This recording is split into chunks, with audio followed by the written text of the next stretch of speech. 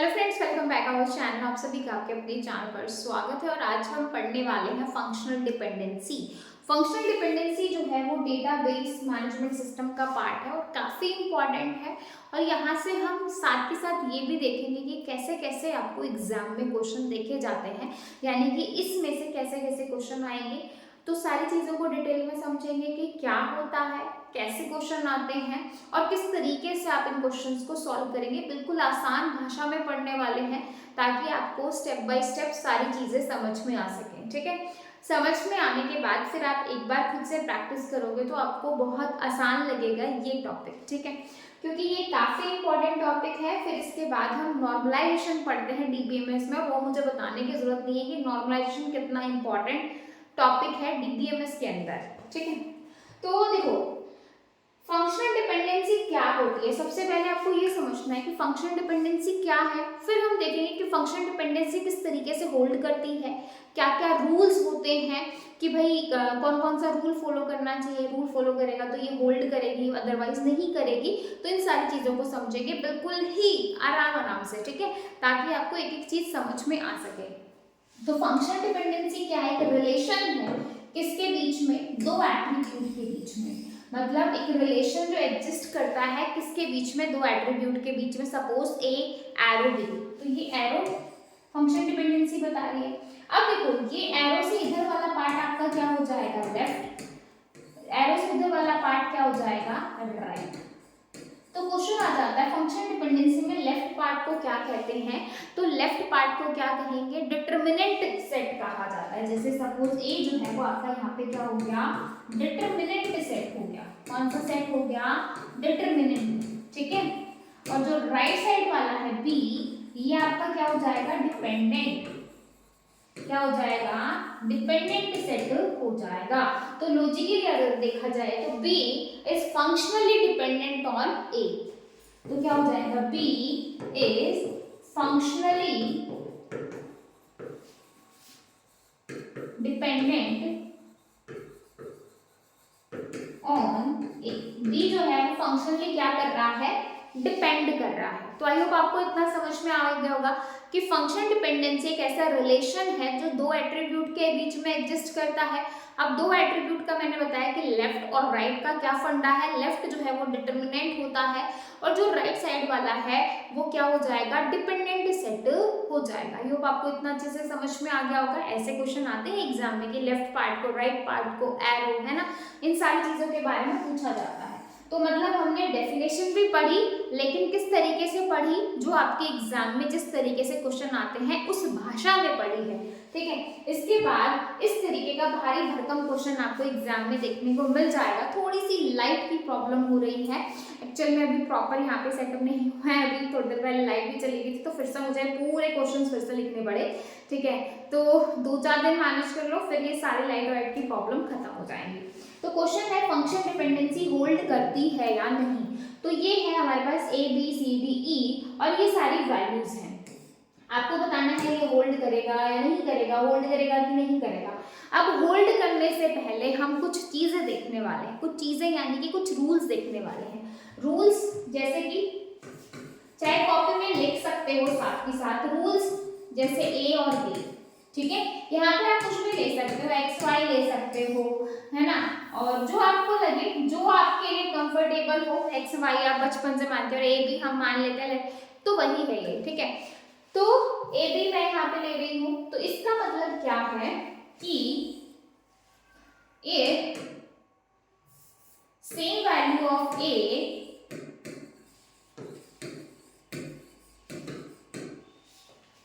get same value of b, it means function dependency hold।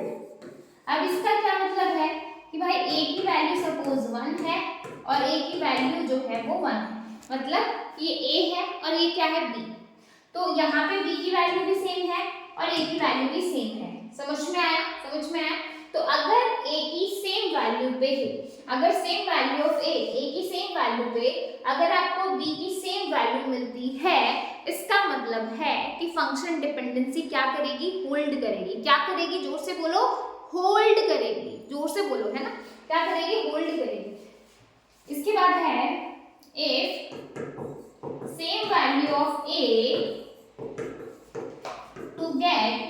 Different value of B, मतलब A की same value पे आपको B की different value मिले तो इसका मतलब क्या हो जाएगा, फंक्शनल डिपेंडेंसी नॉट होल्ड। क्या हो जाएगा, it means F D not hold. अब किस तरीके से हो जाएगा, अब मैं आपको एक रियल लाइफ का एग्जांपल लेके समझाऊंगी।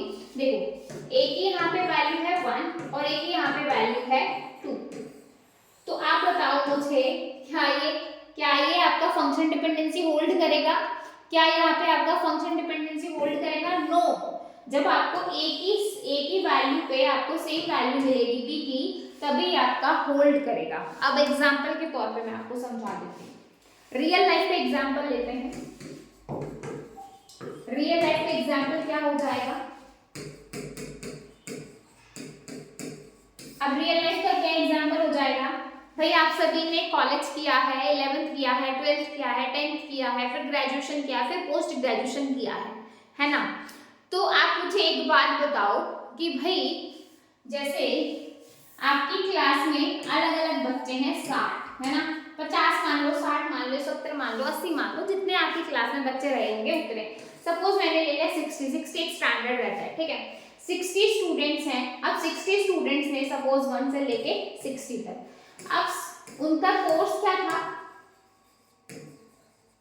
सेम था, यानी कि किसी ने बीसीए किया है, किसी ने बीएससी किया है, किसी ने बीटेक किया है, किसी ने एमसीए किया है, मतलब कोर्स क्या था, सेम। बी की वैल्यू क्या थी, सेम, और ए की वैल्यू क्या थी, डिफरेंट।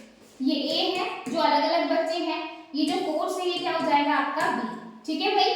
तो ए की सारी वैल्यू क्या है, डिफरेंट, और बी की वैल्यू क्या है, सेम। ये मतलब गुड है, अच्छा है, ठीक है, मतलब ये होल्ड करेगा। अब सपोज करो ए की सारी वैल्यू मैं यहाँ पे ले लूं सेम, कि भाई आप ही हो, जैसे आप कोई मतलब आप हो, है ना, XYZ, जैसे मैं यहाँ पे ले लूं सुमन, नीतू, सुमन ही ले लेते हैं, सुमन जो है, सपोज करो हमने सुमन 2 ही ले लो, एक ही लड़की है और एक टाइम पे इसने बीसीए भी कर लिया, बीकॉम भी कर लिया, और सपोज इसने बीए भी कर लिया। तो मुझे बताओ क्या एक बच्चे का एक टाइम पर मल्टीपल कोर्स करना पॉसिबल है या नहीं?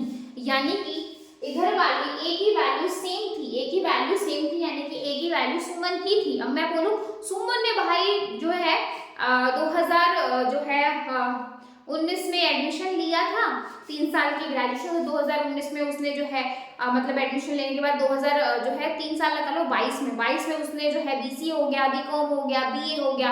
अब वो जो चाहे उस फील्ड में जा सकती है, जिसकी चाहे उसकी टीचर बन सकती है। तो क्या ये पॉसिबल है? लॉजिकली अगर देखा जाए तो नॉट पॉसिबल। मतलब वो मल्टीपल डिग्रीज ले सकते हैं, लेकिन एक टाइम पे उसको एक ही डिग्री मिलेगी, ऐसा ही तो है ना। हाँ, साइड बाय साइड कोई छोटा मोटा कोर्स कर सकते हो, एडिशनल कोर्स किया जा सकता है, लेकिन पूरी डिग्री नहीं ली जा सकती। तो यानी कि ए की सेम वैल्यू पे आपको क्या मिलेगा, बी की सेम वैल्यू होनी चाहिए। अगर सुमन ने बीसी किया है तो फिर से अगर इसकी वैल्यू आ रही, फिर से इसका नाम आ रहा है, तो यहाँ पे भी बीसी आएगा। अगर यहाँ पे बी आ गया ना, तो ये आपका होल्ड नहीं करेगा। क्या नहीं करेगा? होल्ड नहीं करेगा। आई होप आपको ये जो रूल्स है ना ये समझ में आए होंगे। अब ये तो मैंने आपको बता दिया कि ए की सेम वैल्यू पे बी की क्या होनी चाहिए, सेम वैल्यू मिलनी चाहिए। अगर नहीं मिलती, सेम वैल्यू मिलती है, तो मतलब डिपेंडेंसी क्या करेगी, जोर से बोलो, क्या करेगी, होल्ड करेगी। अगर इसी का मैं अपोजिट कर दूं, अपोजिट इट मींस कि अगर ए की सेम वैल्यू पे बी की मुझे डिफरेंट वैल्यू मिल रही है, इसका मतलब फंक्शन डिपेंडेंसी होल्ड नहीं करेगी भाई। अब भूल जाओ फंक्शन डिपेंडेंसी को, ठीक है। अब कब ऐसे रूल्स हैं, कुछ ऐसी चीजें जो हम सबसे पहले चेक करते हैं कि भाई हमें ये सारी चीजें चेक ना करनी पड़े, तो या तो ए की सारी वैल्यू क्या हो, different, A all value are different, मतलब ए की जितनी भी वैल्यू है वो क्या है, डिफरेंट। अगर ए की सारी वैल्यू डिफरेंट है, इसका मतलब आपको फंक्शन डिपेंडेंसी को चेक करने की जरूरत नहीं है। आप फटाफट देखो कि ए की वैल्यू सारी डिफरेंट है, ओके, होल्ड करती है, ठीक है। अदरवाइज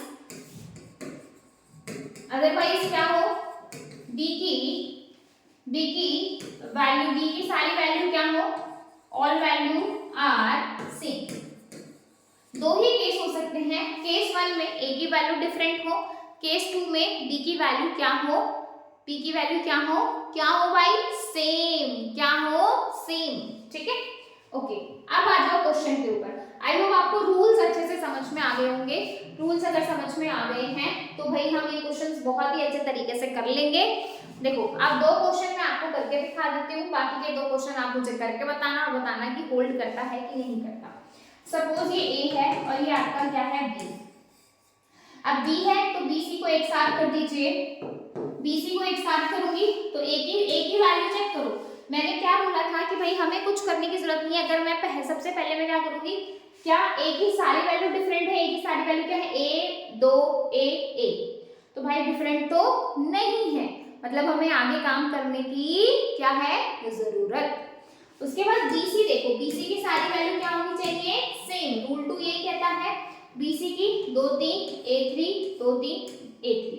तो भाई यहाँ पे ये वैल्यू डिफरेंट हो गई, ये वैल्यू क्या हो गई, डिफरेंट, यानी कि बीसी की भी सारी वैल्यू सेम नहीं है। अब हमें क्या करना पड़ेगा, 1 बाय 1 करके चेक करना पड़ेगा। क्या करना पड़ेगा, चेक करना पड़ेगा। किस तरीके से करोगे, ए पे हमें क्या मिला, 2 और 3 मिला, 2 पे मुझे क्या मिला, ए और 3 मिला, फिर ए पे मुझे क्या मिला, 2 और 3, फिर ए पे मुझे क्या मिला, 2 और 3। यानी कि ए की सेम वैल्यू पे मुझे बी की क्या मिल रही है, सेम वैल्यू। ए की सेम वैल्यू पे बी की मुझे क्या मिली, सेम वैल्यू मिली। इट्स मीन ये आपका क्या कर रहा है, होल्ड कर रहा है। ये आपका क्या कर रहा है, होल्ड। अगर यहाँ पे ए की वैल्यू अगर एक की भी डिफरेंट हो जाती तो हम क्या बोलते, function dependency not hold. But यहाँ पे आपको ए की सेम वैल्यू पे बी की क्या मिल रही है, सेम वैल्यू मिल रही है, तो वो क्या करेगी, फंक्शन डिपेंडेंसी होल्ड करेगी। ठीक है, सेकंड क्वेश्चन देखो, डी ई और सी। तो ये ए है और ये आपका क्या है, बी। इसका मतलब क्या है, डी ई की सारी वैल्यू क्या होनी चाहिए, डिफरेंट, और सी की वैल्यू क्या होनी चाहिए, सेम। हमारे सबसे पहले काम यही होता है, वैल्यू को डिफरेंट और सेम देखना। अब डी देखो, डी और ई सारी वैल्यू डिफरेंट है, नो। सी की वैल्यू देखो, क्या सारी वैल्यू सेम है, यस। सी की सारी वैल्यू क्या है भाई, सेम, 3 3 3 3 3। हमें आगे कुछ देखने की जरूरत नहीं है, सेकंड वाला रूल फॉलो कर गया, काम कर गया, बी की सारी वैल्यू सेम है, तो फंक्शन डिपेंडेंसी क्या करेगी, होल्ड करेगी। फंक्शन डिपेंडेंसी क्या करेगी भाई, होल्ड करेगी। ठीक है, अब सी से डी देखो, सी से डी देखेंगे तो क्या हो जाएगा। अब ये ए है और ये क्या है, बी। इसकी वैल्यू क्या लिखी जाएंगी, डिफरेंट, और इसकी वैल्यू क्या लिखी जाएंगी, सेम। क्या सी की वैल्यू सारी डिफरेंट है, नो, ये तो सारी सेम है।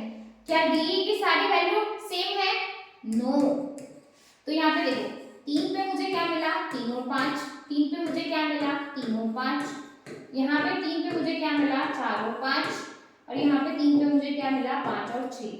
Same value of A and to get B की जो है आपको सारी वैल्यू क्या, मतलब बी की क्या वैल्यू मिल रही है, डिफरेंट मिल रही है, जो कि ये आपका क्या हो जाएगा, कंफ्लिक्ट कर जाएगा। इट्स मीन ये वाला आपका function dependency not hold. Function dependency क्या नहीं करेगी, होल्ड नहीं करेगी। क्या नहीं करेगी, होल्ड नहीं करेगी भाई, क्योंकि भाई ए की सारी सेम वैल्यू पे बी की सारी सेम वैल्यू हमें नहीं मिली, तो हमें कुछ करने की जरूरत नहीं है, हम डायरेक्ट लिख दिया नॉट होल्ड। ठीक है, लास्ट ऑप्शन और देख लीजिए, बी सी और ए। तो यहाँ पे ए का काम कर रहा है और ये बी का काम कर रहा है, तो ए की सारी वैल्यू क्या चेक करेंगे, डिफरेंट। तो बी सी का कॉम्बिनेशन, क्या ए की सारी वैल्यू डिफरेंट है, नो। क्या ए की सारी वैल्यू सेम है, नो। तो चेक कर लीजिए, 2 3 पे मुझे क्या मिल रहा है, ए 3 पे मुझे क्या मिला, 2, 2 3 पे मुझे क्या मिला, ए, और 2 3 पे मुझे क्या मिला, ए। तो ए की जहां जहां सेम वैल्यू थी वहां वहां मुझे क्या मिला, सेम मिल गया। इट्स मीन ये भी आपका क्या करेगा, होल्ड करेगा। ये भी आपका क्या करेगा, होल्ड करेगा। क्या करेगा भाई, होल्ड करेगा। ठीक है, तो इसका मतलब यहाँ पे फंक्शन डिपेंडेंसी आपकी क्या कर रही है, होल्ड कर रही है। तो भाई इस तरीके से आपसे एग्जामिनर क्वेश्चन पूछ लेगा कि फंक्शनल डिपेंडेंसी बताओ होल्ड करेगी या नहीं करेगी। तो आई होप आपको समझ में आ गया फंक्शनल डिपेंडेंसी क्या होती है, रिलेशनशिप बताते हैं किसके बीच में, दो एट्रीब्यूट्स के बीच में। एट्रीब्यूट्स मैंने आपको बताए, एट्रीब्यूट्स के रूल्स क्या क्या होते हैं फंक्शनल डिपेंडेंसी को चेक करने के, वो मैंने आपको बताए। फिर किस तरीके से एग्जाम में क्वेश्चन आएगा, ये 4 ऑप्शन आपको दे देगा, इस तरीके से क्वेश्चन दे देगा और पूछेगा कि बताओ कौन सा होल्ड नहीं करता या कौन सा होल्ड करता है। तो इस तरीके से क्वेश्चन पूछ लेगा, ठीक है। तो आई होप आपको ये वाला टॉपिक बहुत अच्छे से समझ में आया होगा। आया है तो लाइक करने में कंजूसी मत किया करो भाई, कर दिया करो, ठीक है। और ज़्यादा से ज़्यादा शेयर किया करो ताकि बाकी बच्चे भी अपने चैनल के साथ जुड़ सकें। फिर मिलेंगे नेक्स्ट वीडियो में, तब तक के लिए bye bye, take care, thank you.